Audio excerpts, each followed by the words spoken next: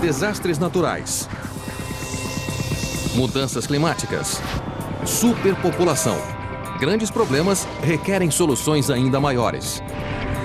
É uma nova era para a engenharia. Podemos criar soluções para tudo.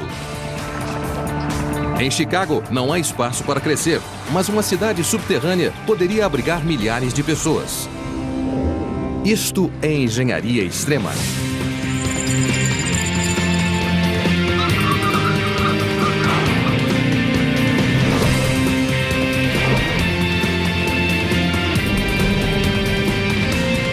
Engenharia extrema.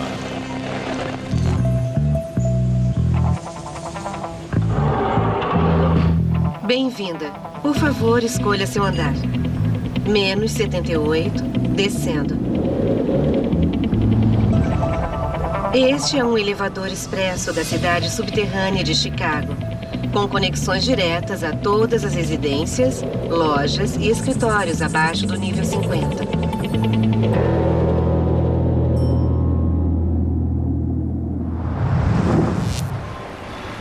20 anos antes. Chicago, Illinois, a terceira cidade mais populosa dos Estados Unidos. Um visual icônico e uma rede urbana marcada pelos ritmos diários da vida urbana. Mas Chicago é vítima do próprio sucesso. A cidade tem 2.800.000 habitantes e, em virtude disso, torna-se vítima de um ataque diário. Quase 7 milhões de pessoas entram e saem da cidade nos dias úteis. Até mesmo os subúrbios, que antes eram um antídoto ao caos da vida urbana, sofrem com os congestionamentos. Apesar das melhorias no sistema viário interestadual, o trânsito continua piorando. E a exemplo das principais cidades, perde-se 1 hora no trânsito no horário de pico. Em termos de trânsito, a cidade perde apenas para Nova York, custando para os moradores quase 1 semana por ano de tempo perdido. E para a economia local, mais de 4 bilhões de dólares anuais. Quando finalmente chegam ao centro, os moradores do subúrbio encontram o L, um dos sistemas de transporte mais movimentados e mais antigos do país, totalmente saturado, incapaz de acomodar o número de passageiros crescente e o horário de pico cada vez maior.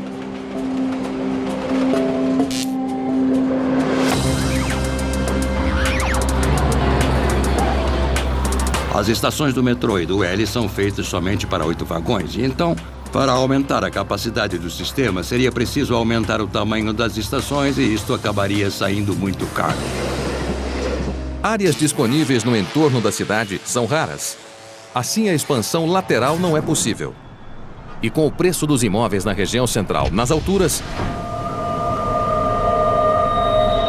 a cidade precisa de uma solução drástica e inovadora.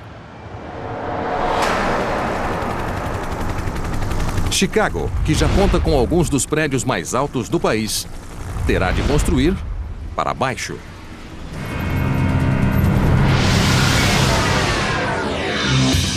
Imagine uma cidade subterrânea, diretamente abaixo do centro, a mais de 400 metros de profundidade, contendo quase 100 andares de apartamentos, escritórios, parques e muito mais. Espaço suficiente para dezenas de milhares de pessoas viverem, trabalharem e se divertirem. É a melhor solução para o problema de falta de espaço na cidade.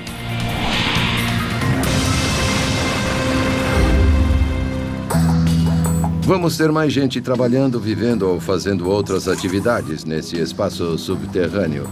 E hoje temos um espaço muito limitado na superfície. É um empreendimento tão grande, tão inovador, que vai exigir um projeto de obras públicas de dimensões, dificuldades e riscos sem iguais.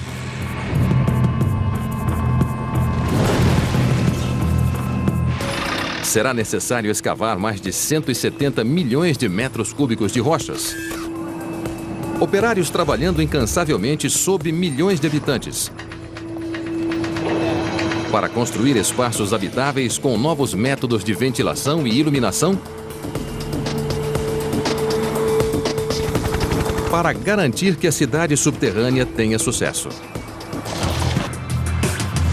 Não será fácil, mas talvez seja necessário.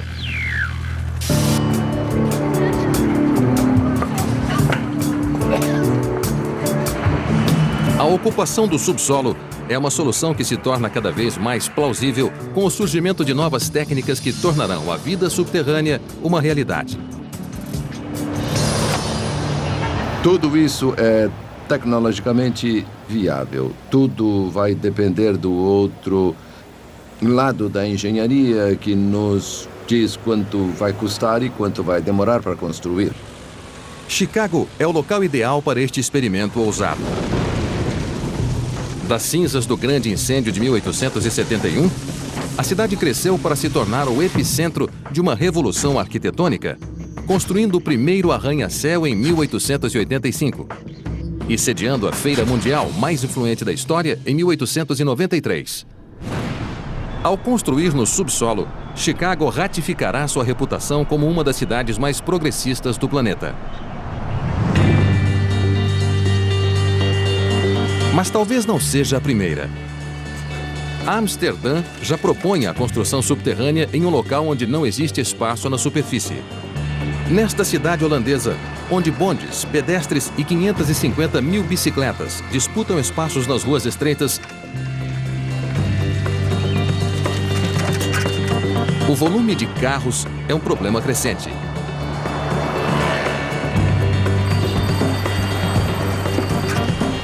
Amsterdã é uma bela cidade histórica e por isso há um tráfego intenso aqui. E não podemos curtir a cidade porque há trânsito por toda parte. Há trânsito nos canais, há trânsito nos cais, há trânsito aqui por toda parte.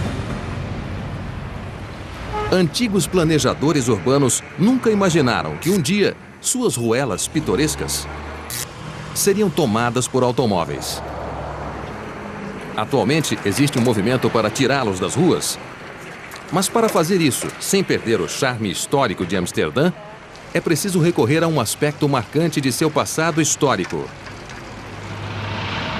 os canais da cidade.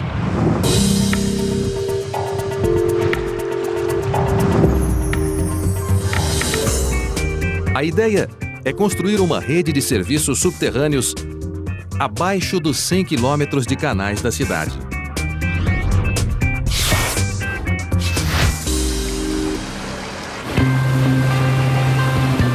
Estacionamentos, cinemas e lojas construídos abaixo de quilômetros de terrenos que estão cobertos pela água.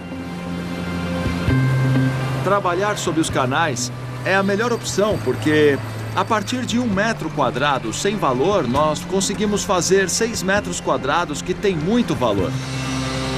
Na verdade, o plano transformará mais de 50 quilômetros quadrados de área inexplorada, criando espaço para milhares de carros. Mas uma obra aqui deve levar em conta a arquitetura única da cidade. As ruas de Amsterdã não podem ficar ocupadas por equipamentos de construção. Algumas são tão estreitas que os enormes caminhões necessários para a construção subterrânea nem conseguiriam entrar. Mesmo que pudessem acessar a área a partir das calçadas, as equipes estariam perigosamente próximas das casas à beira dos canais, construídas precariamente acima dos cursos d'água. Em Chicago, é possível fazer um buraco e construir uma casa. É um método construtivo totalmente diferente. Em Amsterdã não é tão fácil fazer uma casa porque o solo é o que alguns chamam de água mole.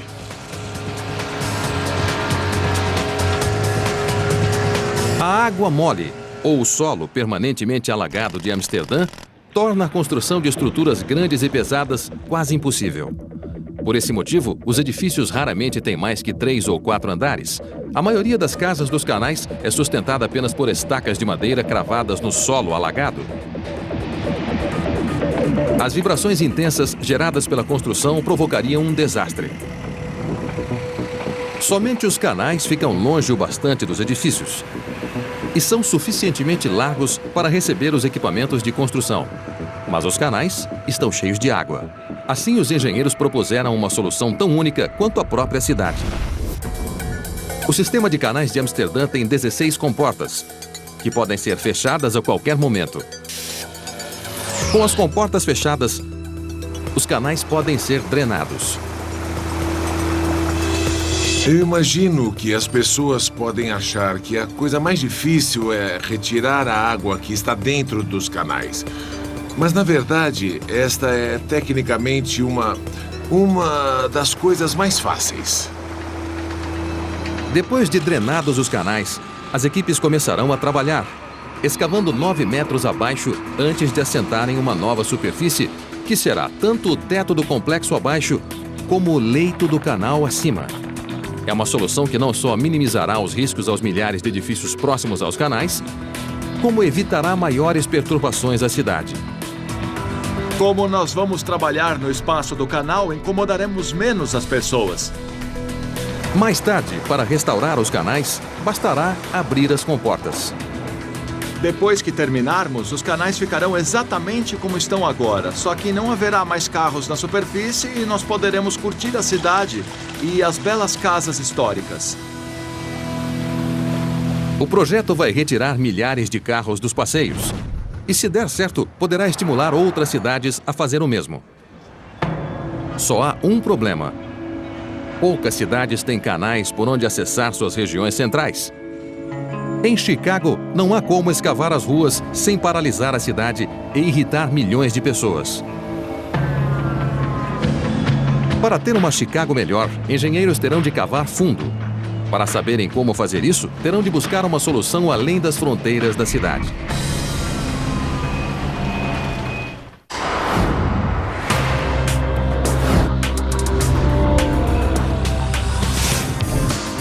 Chicago pode ser o local perfeito para este experimento subterrâneo. Porque bem abaixo do vidro, aço e asfalto dessa cidade histórica, existe um passado geológico ainda mais rico. É mais fácil pensar na geologia de Chicago como um bolo em camadas com materiais geológicos bem diferentes. A primeira camada contém aproximadamente 30 metros de argila glacial, um material fraco e solto, inadequado para grandes estruturas. Mas abaixo dela há 120 metros de pedra calcária, uma rocha resistente, perfeita para a escavação de grandes câmaras. O calcário abaixo de Chicago é vantajoso porque é bem mais forte que o concreto tradicional que usamos nas estruturas. Essa camada é seguida por cerca de 30 metros de xisto, uma rocha instável que não é tão boa para a construção. O xisto é de 5 a 10 vezes mais fraco que o calcário. Ele é suscetível a um fenômeno particular de ruptura. Quando é exposto à água, ele expande, fratura e degrada. Túneis verticais de acesso poderiam ser perfurados através do xisto até a próxima camada de calcário, que se estende por mais de 120 metros. É um padrão que se repete novamente até 400 metros de profundidade, quando se atinge uma extensa camada de arenito. A superfície desse arenito é fraca e é tão fraca que pode ser extraída com uma mangueira de bombeiro. Essa fraqueza impede que a cidade subterrânea vá além. Mas são as camadas alternadas de calcário que tornam Chicago um local ideal para esse feito de engenharia geológica. E Chicago já conhece bem a escavação de calcário. Aqui na mina Vulcan, em Naperville, a 45 minutos do centro de Chicago, calcário e dolomita vêm sendo extraídos há mais de 2 anos, com material suficiente para mais algumas décadas.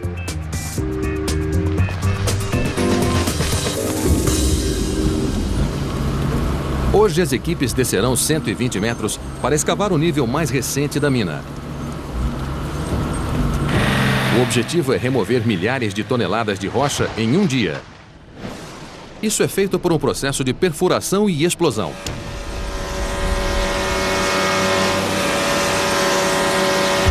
A perfuração é feita pelo Fletcher J352LS. Um equipamento de 385 cavalos faz buracos de 5 metros na rocha. 59 buracos por etapa, que são preenchidos com explosivos, trabalho feito pelo carregador de ANFO. 2 tanques neste caminhão contêm 2.200 quilos de ANFO, nitrato de amônio com óleo combustível.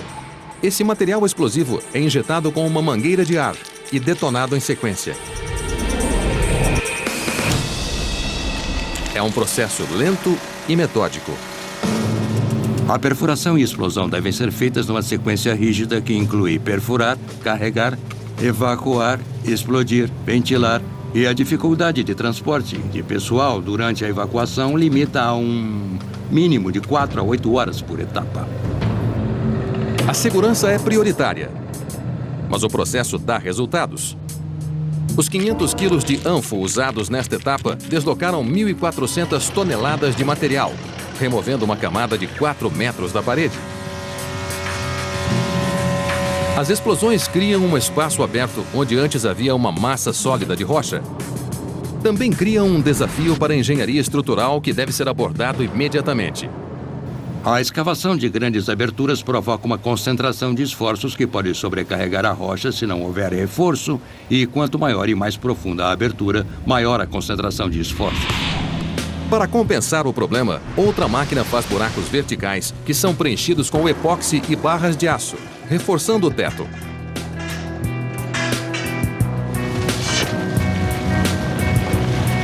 Após a explosão, o material escavado é retirado por uma esteira rolante e levado para canteiros de obras na região para ser usado como agregado, um componente essencial ao concreto que poderá ser usado imediatamente em Chicago.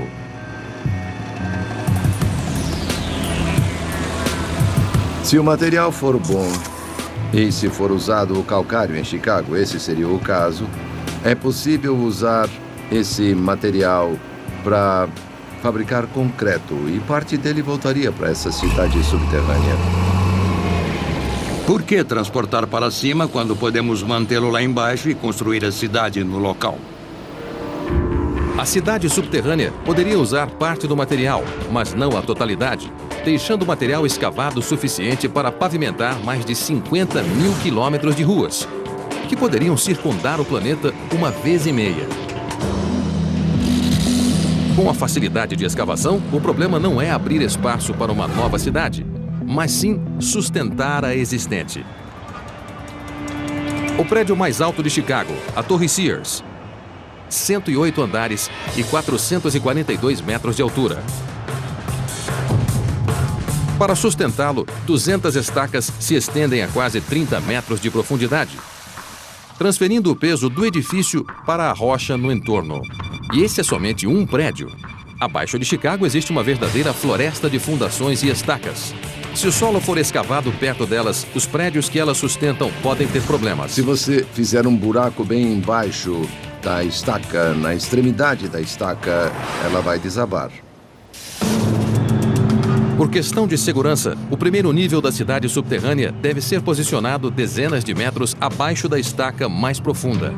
Mas chegar lá sem fechar ruas, redirecionar quilômetros de linhas de trem ou desviar tubulações de esgoto, águas e serviços seria um enorme desafio. Evitar todos os obstáculos seria a solução mais fácil e barata. Seria importante construir o acesso à cidade subterrânea numa área em que ainda não existam estruturas e serviços. Impedidos de perturbar a vida na cidade, os operários teriam de acessar o canteiro de obras a quilômetros de distância. Outra possibilidade seria promover o acesso com uma rampa em vez de uma descida vertical. Começando em um local periférico, operários e equipamentos seguiriam por um túnel descendente, numa jornada que acabaria cerca de 90 metros abaixo do centro de Chicago. Fundo o bastante para evitar as fundações dos edifícios e toda a infraestrutura da cidade. Lá teria início uma rotina de perfurações e explosões para a construção do primeiro nível, um centro de operações para construir ainda mais fundo. Mas neste processo, seria preciso garantir que as paredes desta nova metrópole subterrânea sejam fortes o bastante para conter as águas do imponente Lago Michigan. Chicago é famosa por duas coisas: seu tamanho e seu frio. Mas um lugar que é maior e mais frio é Moscou. Com 15 milhões de habitantes na região metropolitana e mais de 3 milhões de carros causando os piores congestionamentos do mundo, o crescimento explosivo de Moscou está pondo a cidade em rota de colisão com a catástrofe. A maior prioridade no momento é acabar com o colapso do transporte na cidade e os congestionamentos constantes. A única solução para a capital russa é ir para baixo. Moscou tem um centro histórico. Para construirmos qualquer coisa sem arruinar a arquitetura histórica, nós temos que fazer isso debaixo da terra. A Rússia está realizando diversas obras subterrâneas com 2 novos projetos que visam salvar Moscou de seu próprio sucesso. O primeiro, Shopping Tverskaya, será o maior shopping center subterrâneo da Europa, com 4 andares e ocupando uma área de mais de 32 mil metros quadrados. Mas a construção provoca o desvio de 294 mil carros que percorrem as ruas adjacentes diariamente. E os operários precisam trabalhar perigosamente próximos ao tráfego. O segundo local, a Praça Paveletskaya, um dia será um complexo de 5 andares com centro de compras e estacionamento, integrado à estação de trem acima dele. Mas antes, os construtores precisam lidar com o solo frágil e lamacento da cidade. Moscou tem uma combinação de solo muito diferente e difícil, por isso cada construção requer diversos estudos abrangentes. O solo mole não representa problema para erguer edifícios pequenos, característicos da cidade, mas não é adequado à construção subterrânea. Para se chegar a um estrato firme o bastante para a construção, é preciso escavar cerca de 30 metros até um solo mais firme. A única coisa que eu sei é que nada é tão difícil assim quando se trata da construção subterrânea em Moscou. Nós temos todos os equipamentos necessários e sabemos como fazer, porque começamos a construir no início do século passado.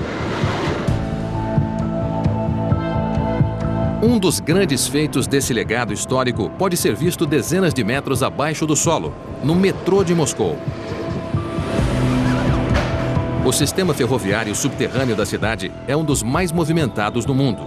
Todos os dias, 9 milhões de passageiros embarcam em 4 mil trens e passam por 177 estações ao longo de 300 quilômetros de linhas.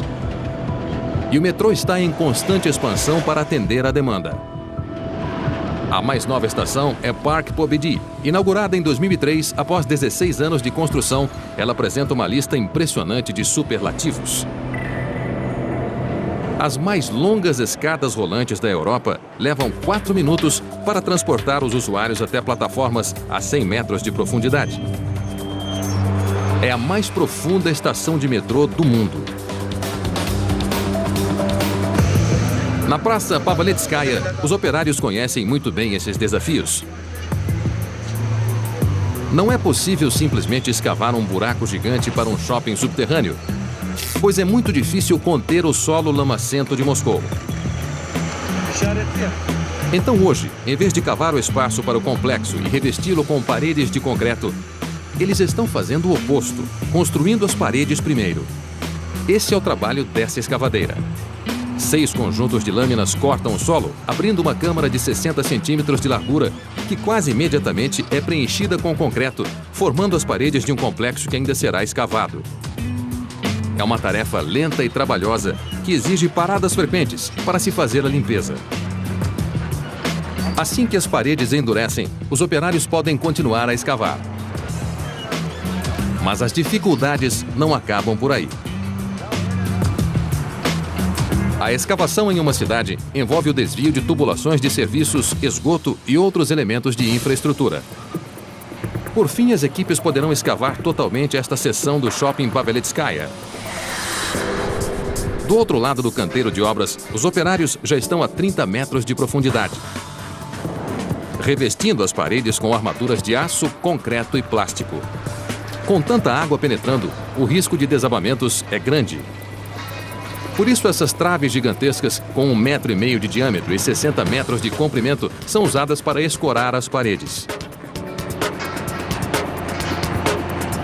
Apesar do tamanho, elas são temporárias e serão retiradas quando todas as paredes forem reforçadas. Como a água sempre encontra o caminho de menor resistência, engenheiros precisam ficar atentos mesmo que a Praça Paveletskaya esteja a 800 metros do rio Moscou.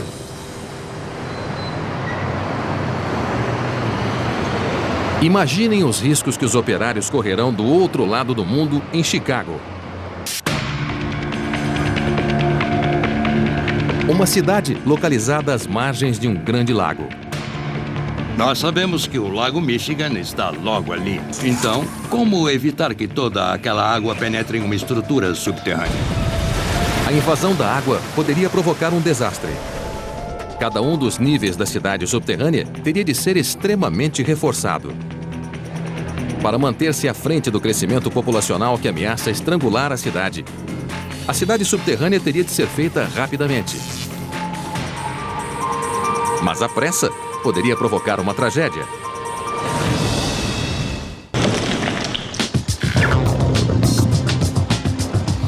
Um dia, a cidade subterrânea de Chicago vai se parecer menos com isto e mais com isto.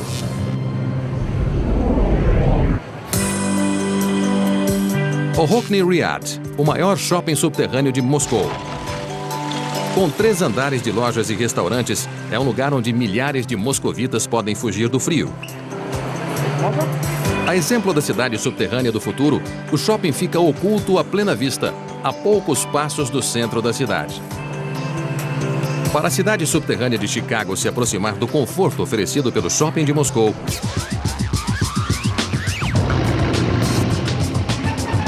ela terá de resolver uma questão prioritária. Em qualquer mina, a qualidade do ar é fundamental. Durante a construção, engenheiros poderão adotar um método de ventilação usado na mina Vulcan. Este poço vertical suga o ar dos túneis de acesso da mina e o conduz diretamente para cima, assegurando que a poeira e outros poluentes não fiquem muito tempo em suspensão. O sistema visa dar conforto e segurança a dezenas de mineiros trabalhando em turnos de 10 horas. Mas quando se trata de milhares de residentes vivendo sob a terra 24 horas por dia, as necessidades de ventilação tornam-se muito mais complexas. As pessoas ocuparão esses espaços por 50 ou 100 anos, enquanto os mineiros ficam lá durante poucos anos e não várias décadas.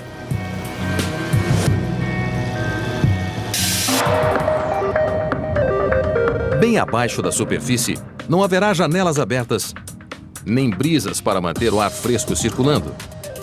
A ventilação é um problema que já foi solucionado, bem além das necessidades de qualquer cidade subterrânea em Boston, Massachusetts. Aqui, os engenheiros responsáveis pelo Big Dig, o mais caro projeto público na história dos Estados Unidos, se viram diante de milhares de carros percorrendo mais de 6 quilômetros de túneis diariamente, emitindo toneladas de gases tóxicos. Veículos em movimento fazem o ar circular pelos túneis, mas congestionamentos fazem o ar estagnar, levando ao acúmulo de gases perigosos. Assim, os responsáveis pela obra instalaram um sistema de ventilação complexo para manter o ar em movimento.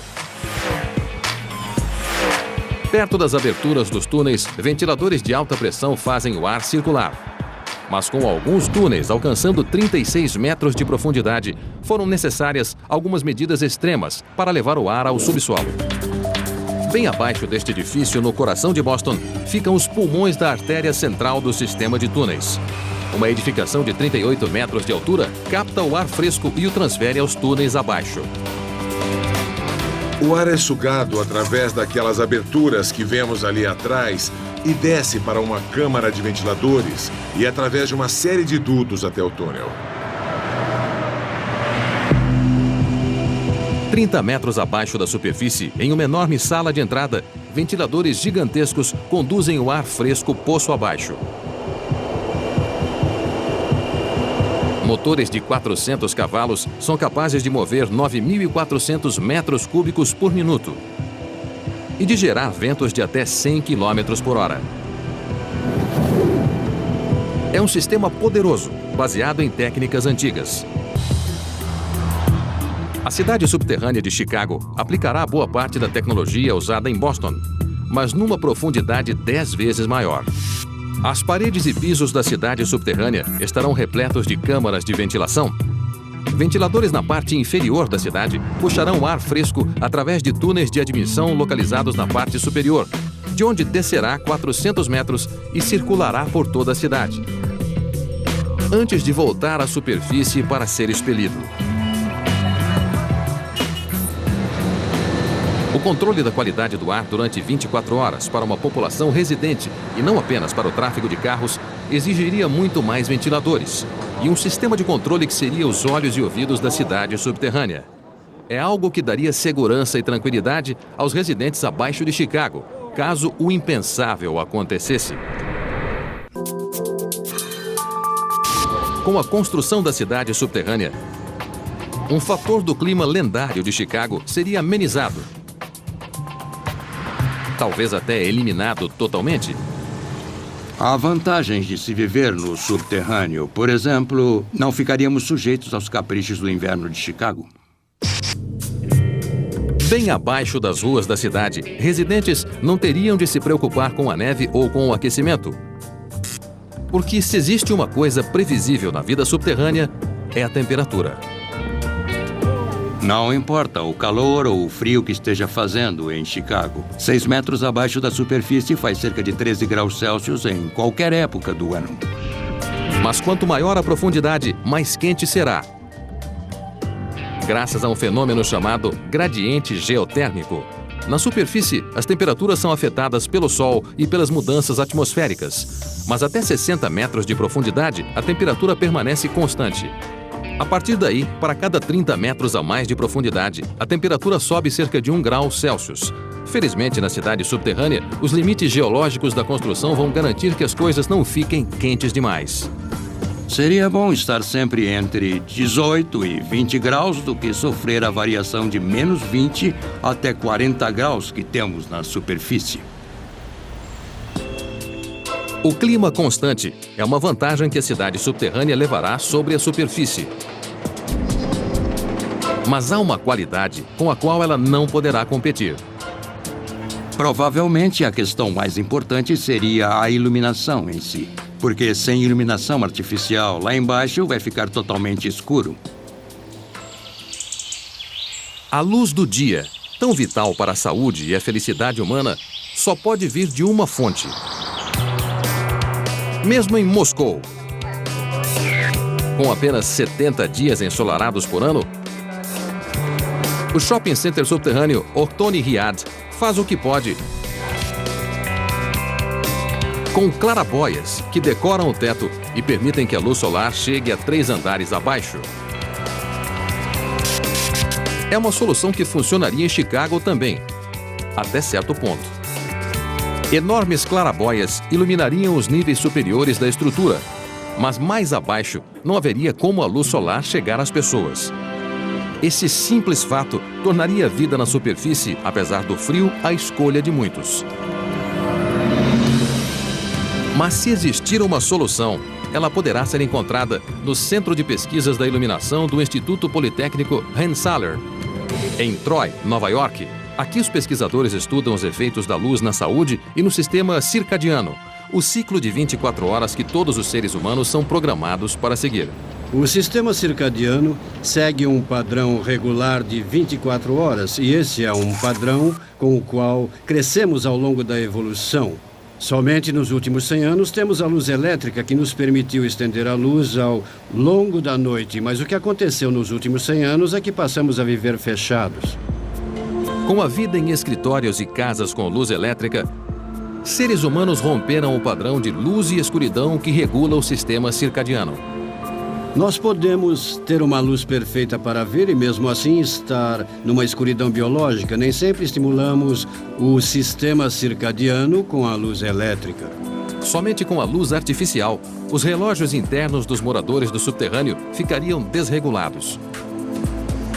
O sistema circadiano é um relógio que funciona o tempo todo em qualquer situação e se não houver o acerto desse relógio com a sincronia com o nascer e o pôr do sol, podemos ter uma fadiga arquitetônica, como dizemos.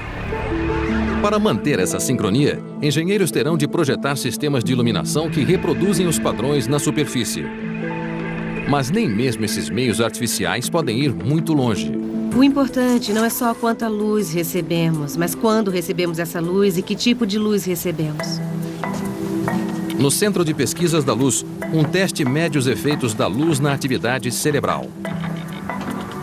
Ligada a um eletroencefalograma, uma voluntária é exposta a diferentes comprimentos de ondas de luz. Embora todos os comprimentos de onda estimulem o cérebro, a luz azul é a mais eficiente. Estamos trabalhando com a luz azul porque comprovamos que o sistema circadiano é mais sensível à luz azul.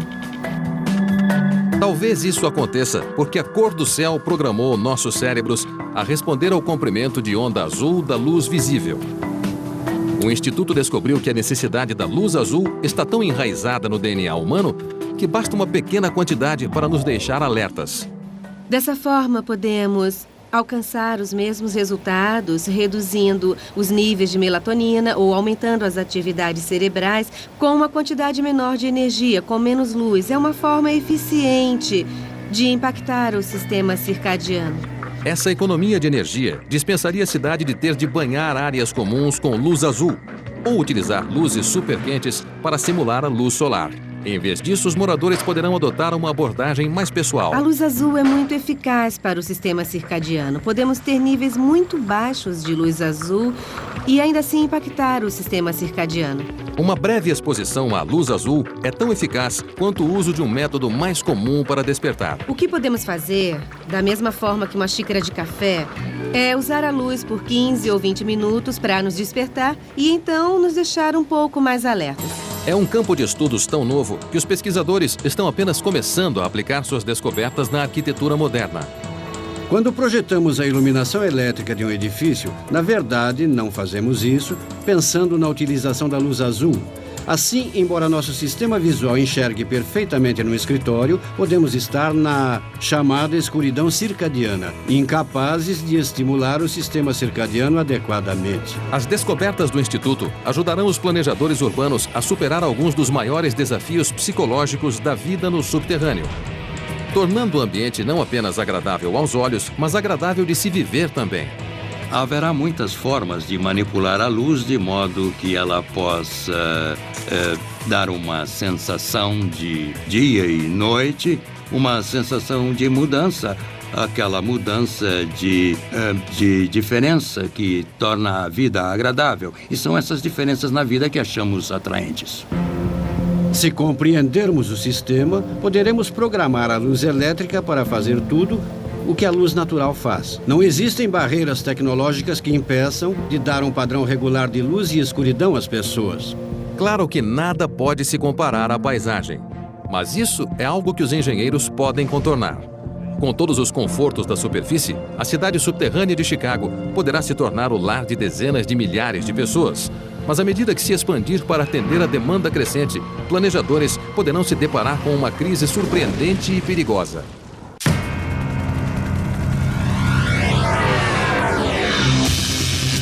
Após a construção da cidade subterrânea, superados os desafios da construção, não é só a vida abaixo de Chicago que começará a melhorar.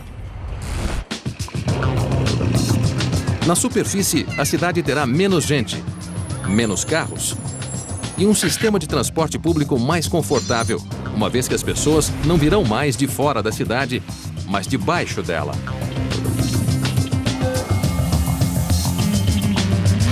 A cidade poderia ser embelezada se parte dela ficasse no subterrâneo. A colocação dos principais serviços abaixo do solo nos permitirá pensar numa adequação dos terrenos na superfície.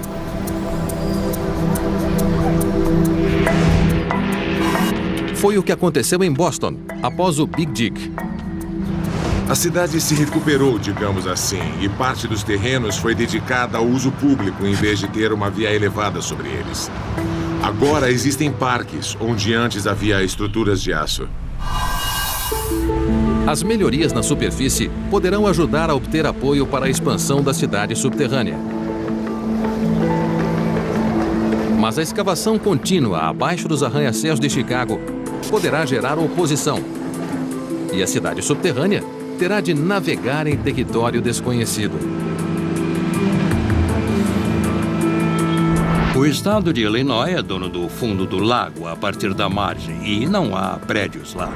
Talvez seja muito mais barato e mais rápido continuar a cidade subterrânea a partir da margem do lago.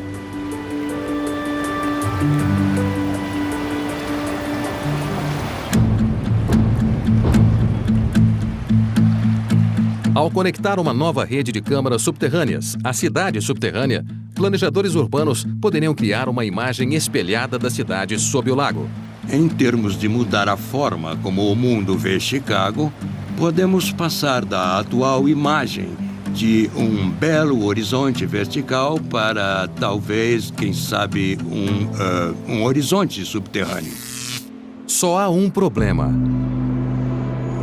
A primeira parte da cidade subterrânea foi construída sem moradores.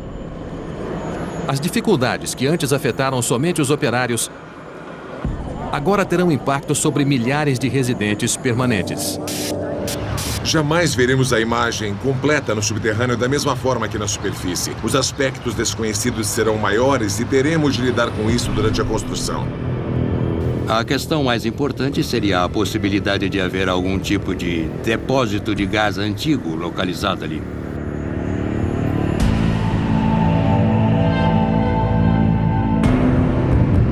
Se os operários acidentalmente atingirem um duto de gás oculto, as consequências poderiam ser desastrosas. Vamos! Planos de evacuação seriam muito semelhantes aos adotados atualmente em arranha-céus. No momento, só podemos pensar no caso de prédios altos. Quantos elevadores seriam necessários, quantas escadas seriam necessárias. As mesmas discussões teriam de ser feitas para as instalações subterrâneas. Mas a centenas de metros abaixo da superfície, essas considerações seriam invertidas. Com os elevadores inoperantes, as escadas seriam a única saída. Quem estiver no nível inferior teria de subir o equivalente a um prédio de 100 andares para escapar. Algo inviável para crianças pequenas, idosos ou deficientes. As emergências exigiriam reações rápidas por parte das autoridades, que isolariam os pontos problemáticos do restante da cidade, expelindo os gases nocivos. Os desafios tecnológicos da construção no subterrâneo podem ser superados. Pode custar mais ou custar menos, mas sob o aspecto tecnológico, não há muita coisa que não possamos fazer atualmente. Os desafios psicológicos já são outra história. A questão é quanto tempo uma pessoa passaria no subterrâneo. Qual é o limite em que ela vai dizer, não quero mais fazer isso? Mas com as cidades superlotadas, lutando para lidar com o crescimento populacional, essas preocupações poderão ser superadas pela necessidade prática. Os moradores de Chicago levarão algum tempo para aceitar a necessidade de viver no subsolo. Daqui a 10 ou 15 gerações, se as pessoas não tiverem outra opção a não ser viver no subterrâneo, elas vão aceitar isso. Eu acho que o ser humano é uma espécie muito resistente e se acostuma a coisas que não achávamos que se acostumaria. Por isso eu acho que os humanos vão se acostumar a viver no subterrâneo e eu acho que eu também me acostumaria. Um dia, pessoas no mundo todo farão mais que apenas comprar ou dirigir abaixo da superfície. Um dia, poderemos viver lá.